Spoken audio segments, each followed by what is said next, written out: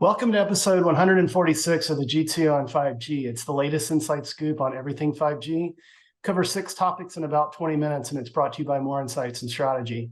I'm Will Townsend, and joining me again this week is fellow analyst Anshel Sag. Let's get started with my first topic, and I want to talk about Softbank and Nvidia. I mean, hey, I think Nvidia comes up in every conversation, it seems, on a daily basis, especially since their stock just skyrocketed that one day when they provided guidance that they had $4 billion in revenue upside over the next few quarters here. But I want to talk about a new piece of silicon that they're launching, Grace Hopper. And if you know who Grace Hopper is, she was a computer scientist and I believe a rear admiral, so a very accomplished woman. And there's actually a Grace Hopper organization, and it's focused on empowering women and STEM. And my daughters have participated in that program. But anyway, Grace Hopper is an icon. And NVIDIA has taken her name to name the super chip. And what's really cool about it is that it's integrating both an ARM CPU and an NVIDIA GPU to supercharge vRAN use cases. And GPUs are very flexible. They're designed for multi-use, but in distributed unit applications, those tend to be very, very taxing. And so with Grace Hopper integrating the CPU and the GPU together, NVIDIA is expecting to be able to deliver significant throughput performance. And what's interesting is this announcement that broke just recently with Softbank. Basically, Softbank has an exclusive time frame with respect to being first mover for deployment. And Softbank is, obviously Softbank, we've talked about Softbank. They have their Vision Fund.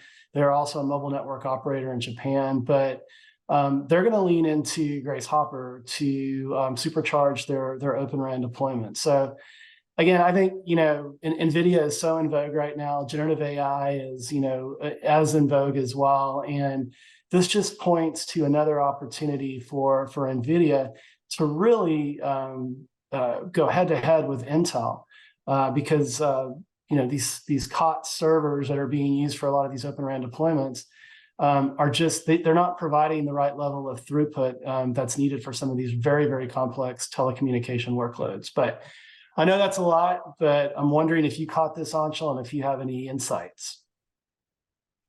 Did catch this. The one thing I thought was interesting was this possibly could have come out of the relationship that SoftBank and Nvidia had when Nvidia tried to acquire ARM from SoftBank. Oh, okay. So I feel like that could have been the genesis of this. That deal did not go through, but clearly Nvidia still has good enough technology that SoftBank clearly wanted to continue to work with them outside of the acquisition. Yeah. But in general, I think Nvidia is becoming more aggressive in telecom, and they already have quite a bit of a reputation when it comes to their ability to accelerate AI and to do it in a easy way in terms of software.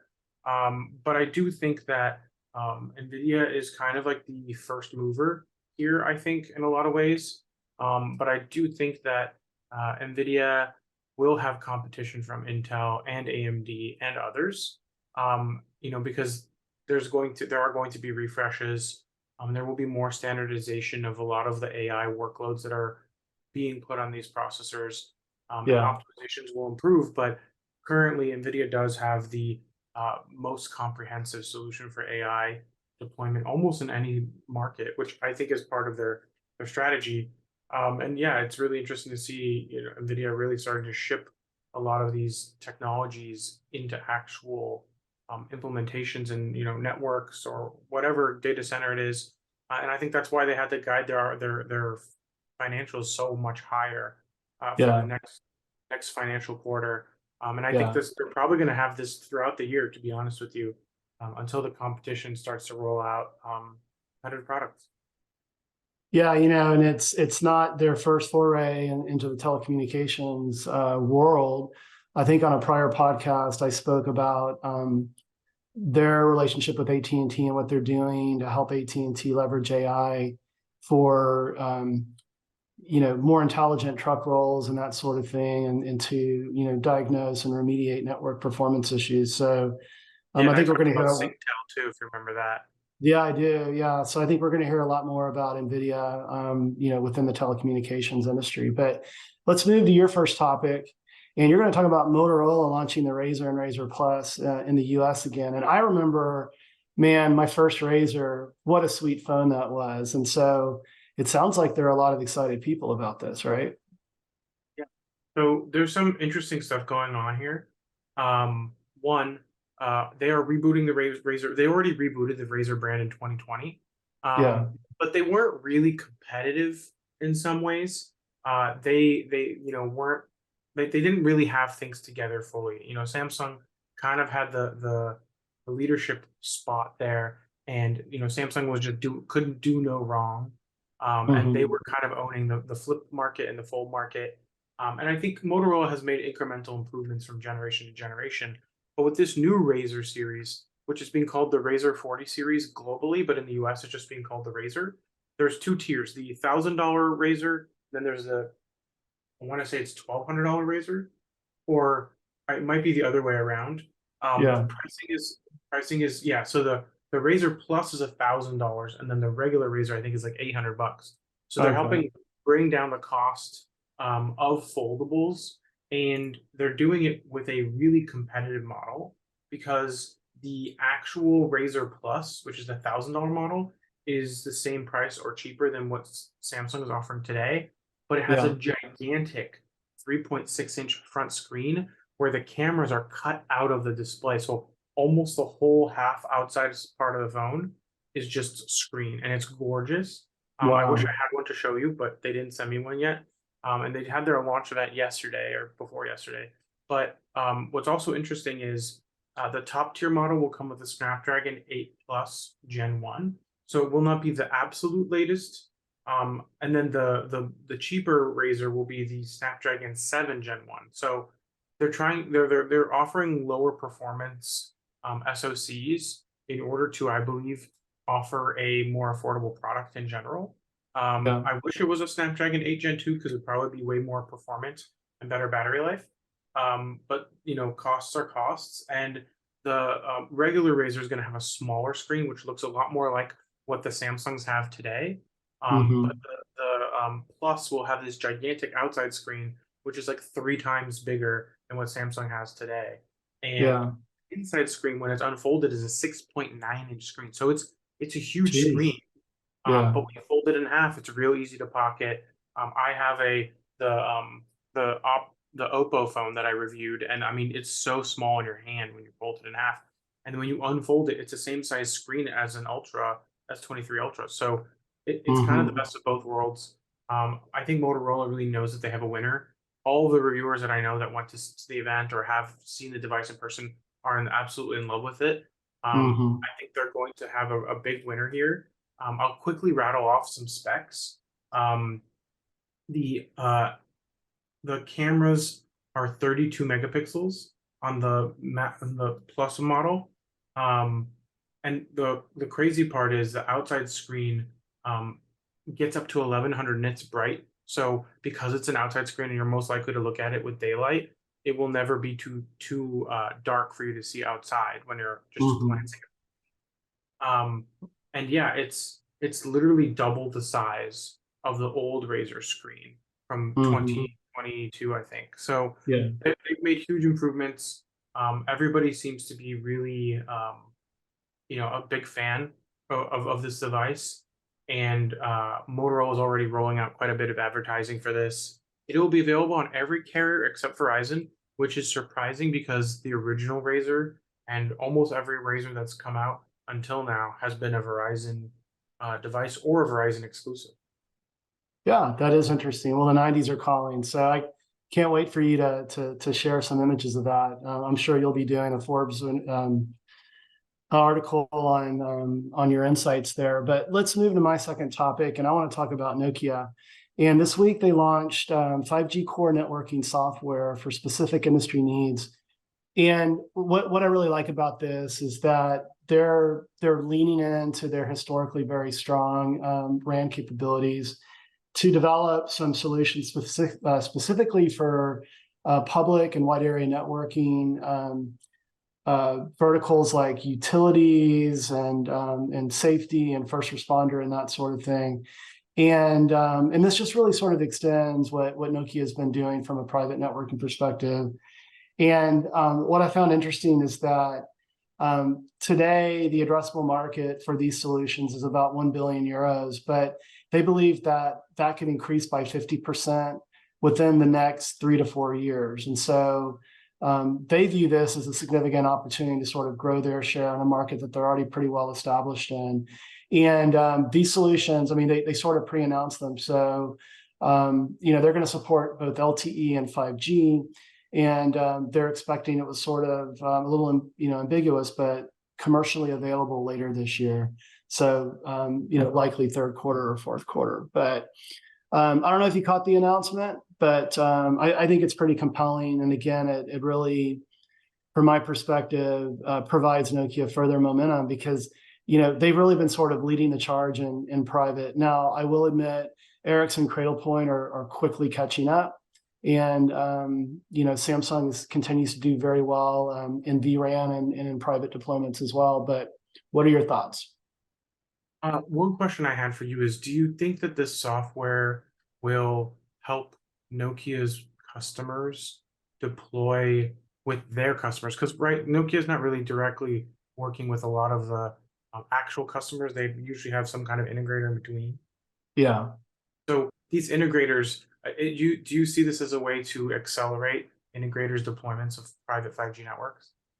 Yeah, I believe so. And, I think one of the knocks that Nokia has gotten has been usability and, complex, sort of architectural requirements that require some heavy lifting. I've heard the term, a lot of the stuff they're doing is quote unquote, carrier grade. And hey, traditionally the Nokias and the Ericssons and the Samsungs of the world, they charge a little hefty sum there for the integration for these big, massive public mobile networks. But that's a long way to answer your question. But I believe yes, this will help integrators and sort of simplify what they're doing with private networking deployments. And we've talked about this on prior podcasts as well. The ramp in private wireless has been, I think, slower than a lot of folks have expected, but it just takes time. You've got to get the spectrum out there. I think OnGo has done a great job, CBRS. And, and then also it's just all these different routes to deployment that, basically enterprises have to take a pause and evaluate. And so, I think I'm on record stating that I really believe that we're going to see the momentum on private, wireless really pick up the latter part of this year, but time will tell. But let's go to your second topic, and you want to talk about Cleveland Clinic and what they're doing to deploy 5G in hospitals. And by the way, I think 5G is a huge use case, opportunity, deployment scenario for hospitals. And I'll share my insights after you get started.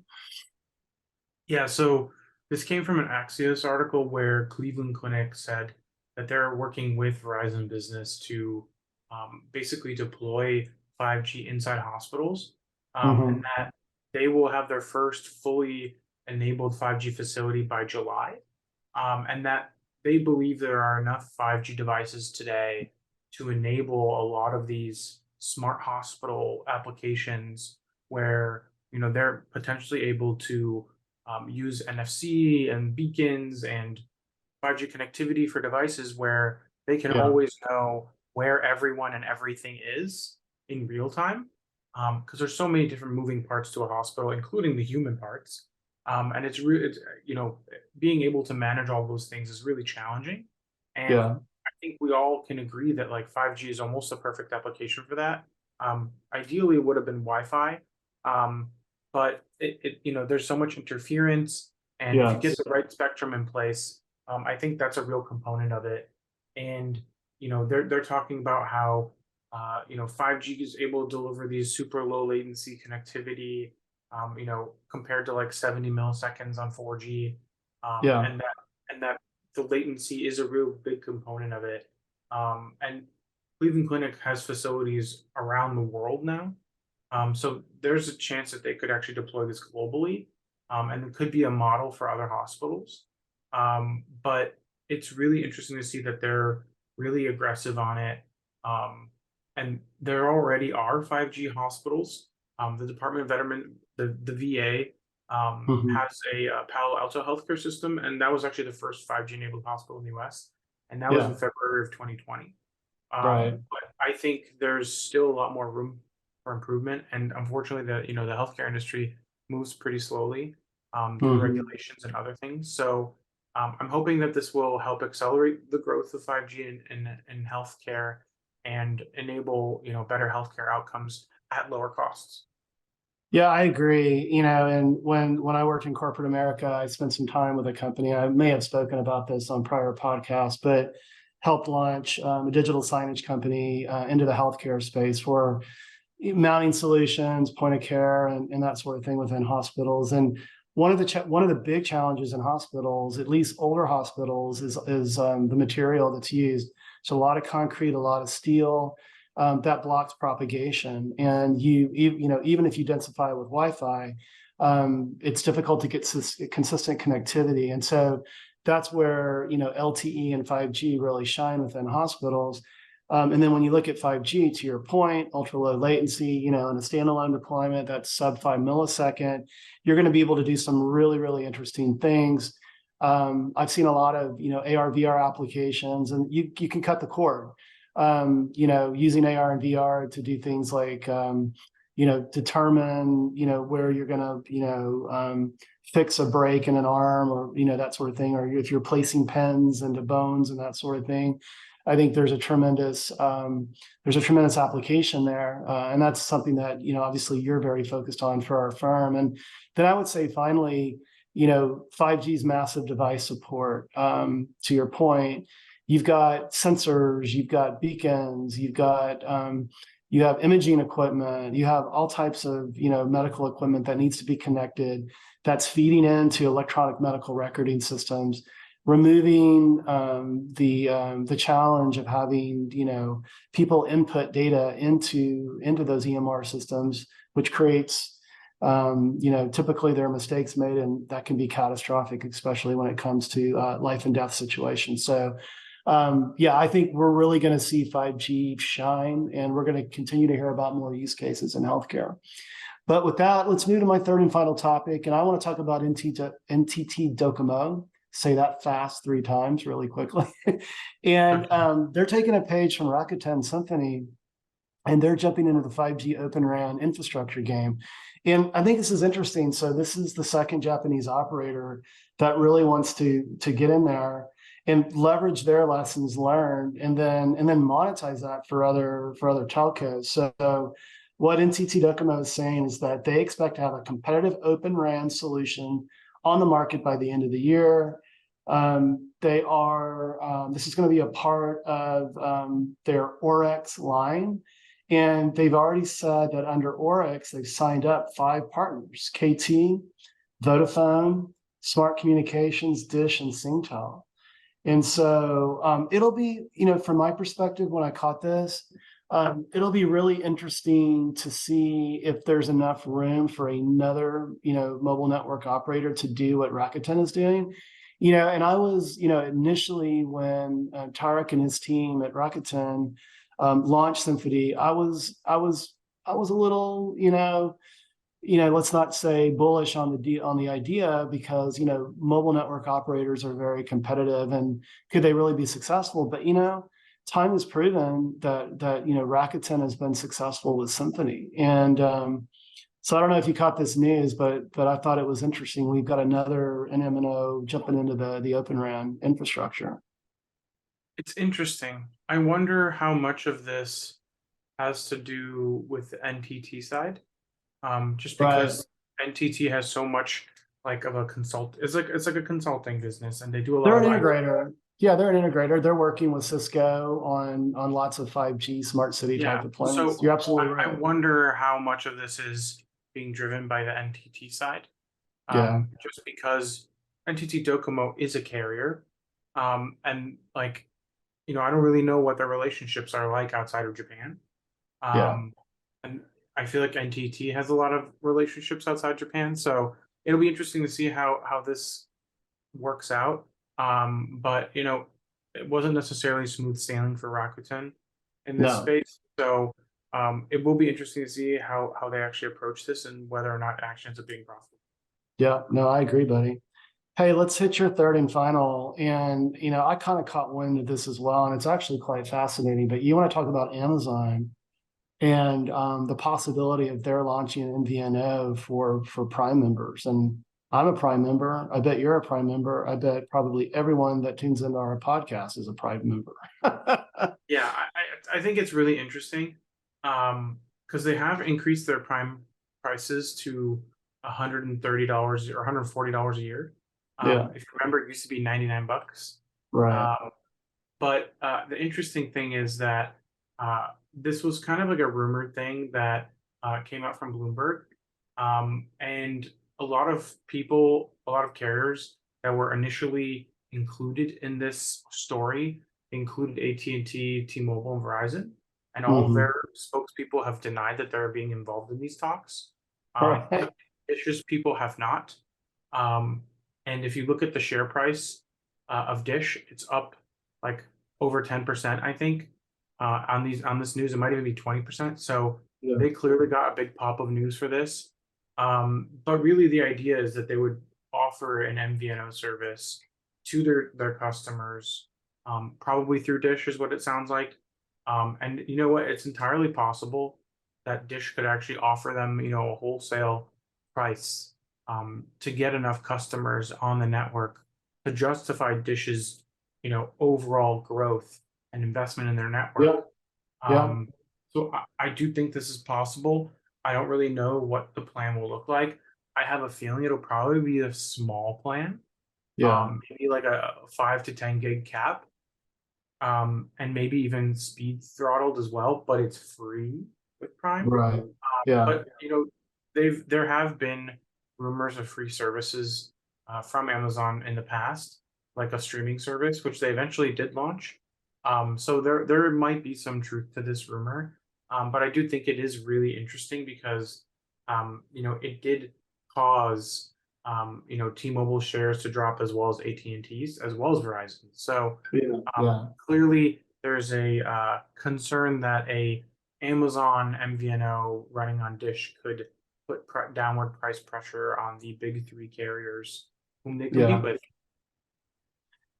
It's interesting, and I do like, the move on Dish's part because, and I've spoken about this on prior podcasts, they're going to have to approach the market differently than the big three, because they just, if they go head to head, just traditionally, that's not going to be a winning proposition for them. So, I've talked about the possibility of IoT. So I think this really plays to sort of that idea, be differentiated.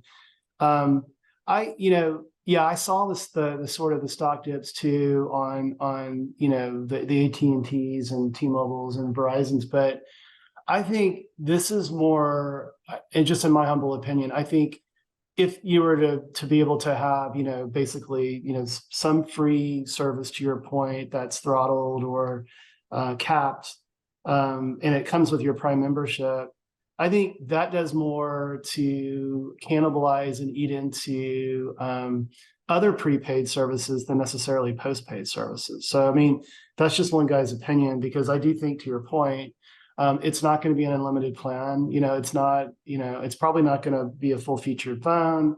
It's going to be something that's going to be a little more competitive, on the prepaid front. But This reminds me of something that we're seeing a lot of the carriers do, which yeah, is trying to convert a lot of their prepaid to postpaid.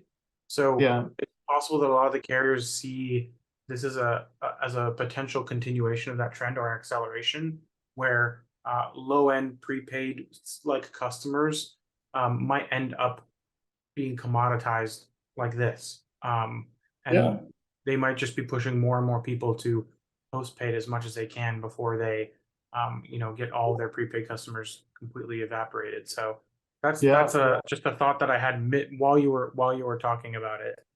All right, cool. Well, hey, it's been another great podcast. Why don't you take us home? Absolutely. We hope our viewers and listeners found this week's topics interesting. If anyone out there would like to provide insights on a specific 5G topic for a future podcast, please reach out to us on social media. Will is at Welltown Tech, and I'm at Anshel Sog.